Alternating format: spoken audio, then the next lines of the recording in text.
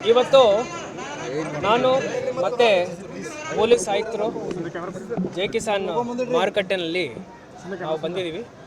ಇವತ್ತು ರೈತ ಬಾಂಧವರು ಇಲ್ಲಿ ಬಂದು ಅವರ ಪ್ರತಿಭಟನೆಯನ್ನು ಮಾಡ್ತಾ ಇದ್ದಾರೆ.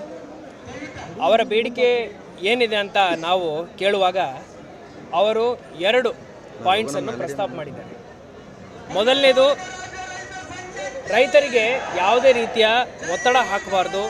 ನೀವು ಇಲ್ಲಿ ಹೋಗಿ ನಿಮ್ಮ ತರಕಾರಿ ಮಾರಾಟ ಮಾಡಿ, ಅಲ್ಲಿ ಹೋಗಿ ನೀವು ತರಕಾರಿ ಖರೀದಿ ಮಾಡಿ ಅಂತ ಯಾವುದೇ ರೀತಿಯ ಒತ್ತಡ ಇರಬಾರ್ದು ಅಂತ ಹೇಳಿ ಅವರು ಬೇಡ್ಕೊಂಡಿದ್ದಾರೆ. ಈ ನಿಟ್ಟಿನಲ್ಲಿ ನಾವು ಎಲ್ಲ ಜಿಲ್ಲಾಡಳಿತದಿಂದ ನಿನ್ನೆ ರಾತ್ರಿ ನಾವು ಇದರ ಬಗ್ಗೆ ಸ್ಪಷ್ಟೀಕರಣ ಕೊಟ್ಟಿದ್ದೀವಿ. ಪುನಃ ನನ್ನ ರೈತ ಬಾಂಧವರಿಗೆ ಆ ಮಾತನ್ನು ನಾನು ಇವತ್ತು ಹೇಳಿದ್ದೀನಿ. ಏನಂದರೆ, ರೈತರ ಮೇಲೆ, ಇಡೀ ಕೃಷಿ ಕ್ಷೇತ್ರದ ಮೇಲೆ ಜಿಲ್ಲಾಡಳಿತದಿಂದ ನಾವು ಯಾವಾಗಲೂ ಯಾವುದೇ ರೀತಿಯ ಒತ್ತಡ ಹಾಕಲ್ಲ. ಇವತ್ತು ತಾವು ನೋಡ್ತಾ ಇರ್ಬೋದು, ನಾವು ಇಲ್ಲಿ ಗೇಟನ್ನು ಏನು ಸೀಸ್ ಮಾಡಲಿಲ್ಲ, ಒಳಗಡೆನೂ ಏನು ಸೀಜರ್ಸ್ ಮಾಡಲಿಲ್ಲ. ನಾವು ನೋಟಿಸ್ ಜಾರಿ ಮಾಡಿದ್ದೀವಿ. ನೋಟಿಸ್ ಜಾರಿ ಮಾಡಿದ ನಂತರ ಇಲ್ಲಿರುವಂಥ ಜೈ ಕಿಸಾನ್ ಖಾಸಗಿ ಬಾಜಿ ಮಾರ್ಕೆಟ್ ಅವರ ಪದಾಧಿಕಾರಿಗಳು ಸ್ವಯಂ ಪ್ರೇರಿತರಾಗಿ ನಮ್ಮ ಜೊತೆ ಸಭೆ ಮಾಡಿ ನಿನ್ನೆ ಅವರು ಏನು ಹೇಳಿದ್ದಾರೆ ಅಂದರೆ, ಕಾನೂನು ಬಾಹಿರ ಯಾವುದೇ ರೀತಿಯ ಚಟುವಟಿಕೆ ಕೆಲಸ ನಾವು ಮಾಡಲಿಕ್ಕೆ ನಮಗೂ ಉತ್ಸುಕತೆ ಇಲ್ಲ ಅಂತ ಹೇಳಿದರು.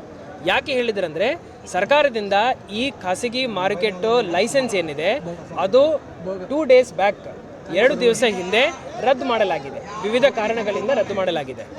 ಈ ಕಾರಣಗಳು ಅದು ಸರಿಯಾ ತಪ್ಪ ಅನ್ನೋದು ಈಗ ಪದಾಧಿಕಾರಿಗಳು ಹೈಕೋರ್ಟಲ್ಲಿ ಅವರ ಕಾನೂನಾತ್ಮಕ ಏನು ಹೋರಾಟ ಏನಿದೆ ಅದನ್ನು ಮುಂದುವರಿಸ್ತೀವಿ ಅಂತ ಅವರು ಹೇಳಿದ್ದಾರೆ.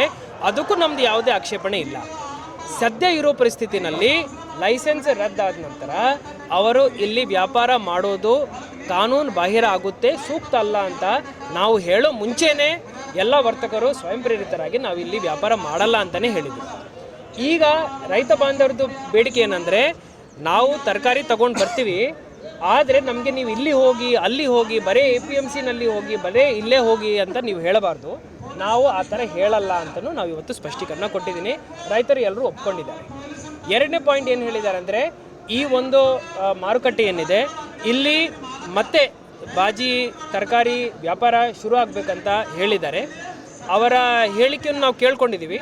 ಇವತ್ತು ಸಂಜೆ 5ವರೆಗೆ ಕಾನೂನಾತ್ಮಕವಾಗಿ ಕಾನೂನಿನಲ್ಲಿ ಯಾವ ರೀತಿಯ ಪರಿಹಾರಗಳು ಇದ್ದಾವೆ ಅಂತ ಹೇಳಿ ನಾವು ಇಲ್ಲಿನ ಪದಾಧಿಕಾರಿಗಳ ಜೊತೆ ಒಂದು ಸಭೆಯನ್ನು ಆಯೋಜನೆ ಮಾಡ್ಕೊಂಡಿದ್ದೀವಿ. ನಿನ್ನೆ ಈ ಆಯೋಜನೆ ಮಾಡ್ಕೊಂಡಿದ್ವಿ, ಇವತ್ತು ಇದನ್ನು ಮೀಟಿಂಗ್ ಮಾಡ್ತೀವಿ. ಎಲ್ಲರೂ ಬರ್ತಾರೆ, ಎಲ್ಲ ಪದಾಧಿಕಾರಿಗಳು ನಮ್ಮ ಜೊತೆನೇ ಇಲ್ಲಿದ್ದಾರೆ. ಇವರು ಬಂದು ನಮ್ಮ ಜೊತೆ ಕೂತ್ಕೊಂಡು ಕಾನೂನಾತ್ಮಕವಾಗಿ ಯಾವ ರೀತಿಯ ಪರಿಹಾರಗಳನ್ನು ಹುಡುಕಲಿಕ್ಕೆ ಸಾಧ್ಯವಿದೆಯೋ ಅದರಲ್ಲಿನೂ ನಾವು ಅವರಿಗೆ ಜಿಲ್ಲಾಡಳಿತದಿಂದ ಯಾವ ರೀತಿಯ ಕಾನೂನಾತ್ಮಕ ಹೆಲ್ಪ್ ಮಾಡಲಿಕ್ಕೆ ಆಗುತ್ತೆ ಆ ಹೆಲ್ಪ್ ನಾವು ಮಾಡ್ತೀವಿ. ಸರ್, ಈಗ ನಮಗೆ ಅಟ್ಲೀಸ್ಟ್ ರೋಡ್ ಮೇಲೆ ನಿಂತು ಮಾಡೋಕ್ಕಾದ್ರೂ ಮಾಡಲ್ಲ. ರೈತರು ಎಲ್ಲ ರೈತರು ಭಾಳ ಜವಾಬ್ದಾರಿಯಿಂದ ಇವತ್ತು ಹೋರಾಟ ಮಾಡ್ತಾ ಇದ್ದಾರೆ. ಅವ್ರದ್ದು ಬೇಡಿಕೆ ಏನಿದೆ ನಾವೆಲ್ಲ ಕೇಳ್ಕೊಂಡಿದ್ದೀವಿ. ಆ ರೀತಿಯ ಸಂದರ್ಭ ಸೃಷ್ಟಿ ಆಗಲ್ಲ. ಮಾಧ್ಯಮದ ಮಿತ್ರರಿಗೆ ನಾನು ನಿನ್ನೆನೂ ಬೆಳಿಗ್ಗೆ ಹೇಳಿದ್ದೀನಿ, ವರ್ತಕರು ನನ್ನ ಮಾತು ಕೇಳ್ತಾರೆ, ನಮ್ಮ ಮಾತಿಗೆ ಬೆಲೆ ಕೊಟ್ಟು ಅವರು ನಾವು ಹೆಂಗೆ ಹೇಳ್ತೀವೋ ಹಂಗೆ ಮಾಡ್ತಾರೆ ಅಂತ ನಾನು ತಮಗೆ ಮಾಧ್ಯಮ ಮಿತ್ರರಿಗೆ ನಾನು ಹೇಳಿದ್ದೀನಿ. ಅದೇ ರೀತಿ ಅವರು ವರ್ತನೆ ಮಾಡಿದ್ದಾರೆ. ಅದೇ ರೀತಿ ಎಲ್ಲ ರೈತ ಮುಖಂಡರು ನಮಗೆ ಪರಿಚಯ. ಎಲ್ಲರ ಜೊತೆ ನಾವು ಇವತ್ತು ಸಂಜೆ ಮೀಟಿಂಗ್ ಮಾಡ್ತೀವಿ. ರೈತರಿಗೆ ತೊಂದರೆ ಆಗದಂತೆ ನೋಡ್ಕೊಳ್ಳೋ ಜವಾಬ್ದಾರಿ ನಮ್ಮದಿದೆ. ನಾವು ಹೆಂಗೆ ಹೇಳ್ತೀವೋ ರೈತ ಬಾಂಧವರು ಅದೇ ರೀತಿ ಮಾಡ್ತಾರೆ ಅಂತ ನನಗೆ ನಂಬಿಕೆ ಇದೆ. ಸಾಕಷ್ಟು ವ್ಯಾಪಾರಸ್ಥರು ಬೀದಿಗೆ ಬೀಳ್ತಾ ಇದ್ದಾರೆ ಅಂತ ಅನಿಸ್ತಾ ಇದೆ. ಯಾರಿಗೂ ಯಾವುದೇ ತೊಂದರೆ ಆಗದಂತೆ ನೋಡ್ಕೊಳ್ಳೋ ಜವಾಬ್ದಾರಿನೂ ನಮ್ಮದು. ಈಗ ಅವರಿಗೆ ನಾನು ತಾತ್ಕಾಲಿಕವಾಗಿ ಏನು ಆಪ್ಷನ್ ಕೊಟ್ಟಿದ್ದೀನಿ ಅಂದರೆ, ನಮ್ಮ APMCನಲ್ಲಿ ಸರಿಸುಮಾರು 155 ಮಳಿಗೆಗಳು ಇನ್ನೂ ಖಾಲಿ ಇದ್ದಾವೆ. ನನಗೆ ಆ ಕಾನೂನಲ್ಲಿ ಸ್ವಲ್ಪ ಅವಕಾಶ ಇದೆ. ಟೆಂಪರರಿ ಬೇಸಿಸ್ ಮೇಲೆ 10 ದಿವಸದಿಂದ 6 ತಿಂಗಳ ತನಕ ದಿನಬಾಡಿಗೆ ಮೇಲೆ ನಾನು ಅವರಿಗೆ ಕೊಠಡಿಗಳನ್ನು ಮಳಿಗೆಗಳನ್ನು ಕೊಳ್ಳಲಿಕ್ಕೆ ಸಾಧ್ಯ. ಆ ರೇಟು ನಾವು ಸ್ವಲ್ಪ ಕಡಿಮೆನೇ ಇಟ್ಕೊಂಡು ಫಿಕ್ಸ್ ಮಾಡ್ಕೊಳ್ತೀವಿ. ಸೊ ಅವರು ಇವತ್ತು ನಮ್ಮ ಮೀಟಿಂಗ್ಗೆ ಬರ್ತಾರೆ, ಅದರಲ್ಲಿ ಅವರ ಅಭಿಪ್ರಾಯವನ್ನು ನಮಗೆ ತಿಳಿಸ್ತಾರೆ. ನನ್ನ ಪ್ರಕಾರ ತಾತ್ಕಾಲಿಕವಾಗಿಯೂ ಇದೇನು ಟ್ರಾನ್ಸಿಷನ್ ಫೇಸ್ ಇದೆ, ಈ ಫೇಸಲ್ಲಿನೂ ಯಾರಿಗೂ ತೊಂದರೆ ಆಗದಂತೆ, ವರ್ತಕರಿಗೂ ಆಗಬಾರ್ದು, ರೈತರಿಗೂ ಆಗಬಾರ್ದು, ಆ ದೃಷ್ಟಿಯಿಂದ ನಾವು ಕೆಲಸ ಮಾಡ್ತಾಯಿದ್ದೀವಿ. ನಾವು ಹೆಡ್ ಕ್ವಾರ್ಟರಲ್ಲಿ ಇಲ್ಲೇ ಇದ್ದೀವಿ, ಎಲ್ಲರ ಜೊತೆ ಮಾತುಕತೆ ನಡೆಸ್ತಾ ಇದ್ದೀವಿ. ಪೊಲೀಸ್ ಕಮಿಷನರ್ ಸಾಹೇಬರು 3 ಡೇಸಿಂದ ಅವರು ಎಲ್ಲರ ಜೊತೆ ಮಾತಾಡ್ತಾ ಇದ್ದಾರೆ. ಸೊ ಈ ಒಂದು ಅಧ್ಯಾಯಕ್ಕೆ ಸೊಲ್ಯೂಷನ್ ಸಿಗುತ್ತೆ. Thank you. ಸರ್ ಈಗ ಕೊನೆಯದಾಗಿ ರೈತರು ಸ್ವಯಂ ಪ್ರೇರಿತವಾಗಿ ನಾವು ನಿಮ್ಗೆ ಇಲ್ಲಿ ಅವಕಾಶ ಕೊಡಂತಿದ್ದಾರೆ, ಅದಕ್ಕೇನಾದ್ರು ಅವಕಾಶ ಇದೆಯಾ? ಸೊ ಪಾಯಿಂಟ್ ಏನಂದರೆ ಯಾವಾಗಲೂ ಸುವ್ಯವಸ್ಥೆ, ಕಾನೂನು ಸುವ್ಯವಸ್ಥೆ ಹಾಗೂ ರೈತರಿಗೆ ಎಲ್ಲ ರೀತಿಯ ಸವಲತ್ತುಗಳು ಇರೋ ಜಾಗದಲ್ಲಿ ಮಾರಾಟ ಮಾಡೋದು ಉತ್ತಮ. ಈಗ ಕಾನೂನಲ್ಲಿ ಸುಮಾರು ಅವಕಾಶಗಳಿದ್ದಾವೆ. ಸ್ಪಾಟ್ ಎಕ್ಸ್ಚೇಂಜ್ ಅಂತ ಒಂದು ಅವಕಾಶ ಇದೆ, ವಿವಿಧ ರೀತಿಯ ಸಬ್ ಮಾರ್ಕೆಟ್ ಅಂತ ಒಂದು ಅವಕಾಶ ಇದೆ. ಇವತ್ತು ಸಂಜೆ ನಾವೇನು ಮೀಟಿಂಗ್ ಮಾಡ್ತೀವೋ ಅದರಲ್ಲಿ ಇವರ ಬಗ್ಗೆ ಈ ಎಲ್ಲ ಆಪ್ಷನ್ಸ್ ಬಗ್ಗೆ ನಾವು ಪ್ರಸ್ತಾಪ ಮಾಡ್ತೀವಿ. ನಾವು ಆಲ್ರೆಡಿ ನಿನ್ನೆನೂ ಒಂದು ಸತಿ ಇದರ ಬಗ್ಗೆ ಡಿಸ್ಕಸ್ ಮಾಡಿ ಕಾನೂನಾತ್ಮಕವಾಗಿ ಸೊಲ್ಯೂಷನ್ ಹುಡುಕ್ತೀವಿ. ರೈತ ಬಾಂಧವರಿಗೆ ಎಲ್ಲ ವಿಚಾರಗಳು ಗೊತ್ತಿದ್ದಾವೆ, ಅವ್ರಿಗೆ ಬರೀ ನಾವು ಕಮ್ಯುನಿಕೇಟ್ ಮಾಡಬೇಕು. ಆ ಕಮ್ಯುನಿಕೇಷನ್ ಇವತ್ತು ಸಂಜೆ ಕೊಡ್ತೀವಿ.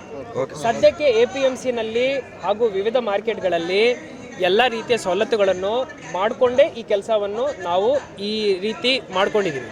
ಸೊ ಅಲ್ಲಿ ಶೌಚಾಲಯ ವ್ಯವಸ್ಥೆ ಇರ್ಬೋದು, ನೀರಿನ ವ್ಯವಸ್ಥೆ ಇರ್ಬೋದು. ಇವತ್ತು ಬೆಳಿಗ್ಗೆನೂ ನನಗೆ ಅಲ್ಲಿಂದ AC ಅವರು ರಿಪೋರ್ಟ್ ಕಳಿಸಿದ್ದಾರೆ, ಅಲ್ಲಿನೂ ರೈತರು ಬಂದು ಅಲ್ಲಿ ವ್ಯಾಪಾರ ಮಾಡ್ತಾ ಇದ್ದಾರಂತ.